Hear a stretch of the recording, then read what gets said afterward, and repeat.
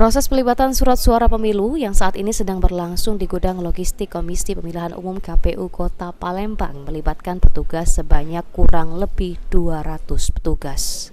Di mana para petugas yang melakukan tugas ini mendapatkan upah Rp150 per lembar, di mana petugas ditargetkan dapat melipat surat suara 1.000 hingga 1.500 lembar dari KPU Palembang.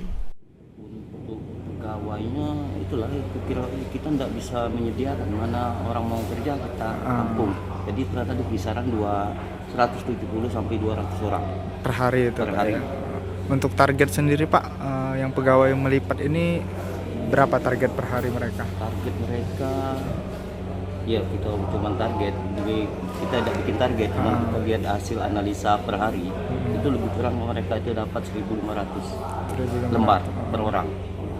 Jadi Untuk kalau 200 berarti hampir 70.000. Untuk biaya pelipatannya sendiri Pak?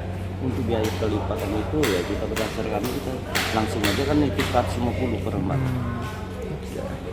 Dengan adanya ini Pak, kita diambil dari luar masyarakat sekitar atau seperti apa? Jadi kita bebas ada yang dari Kertapati, ada yang dari Pelaju, dari Soa, dari Tangga Buntung. Jadi kita bebas siapa aja yang mau masuk, penting ada data mereka.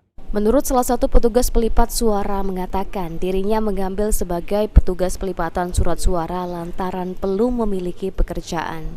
Dalam sehari dirinya dapat melipat surat suara sebanyak 1.000 lembar. Pak, untuk pelipatan ini kenapa kita minat untuk melipat surat suara ini Pak? Belum ada kerjaan ya ambil dulu. Untuk per hari Pak kita dapat ngelipat berapa banyak? 1.000 lah. 1.000 Pak ya. Saat ini KPU Kota Palembang sudah selesai melakukan pelipatan surat suara Presiden dan DPR RI.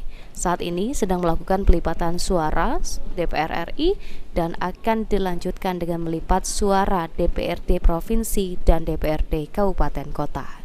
Eki Saputra, PAL TV.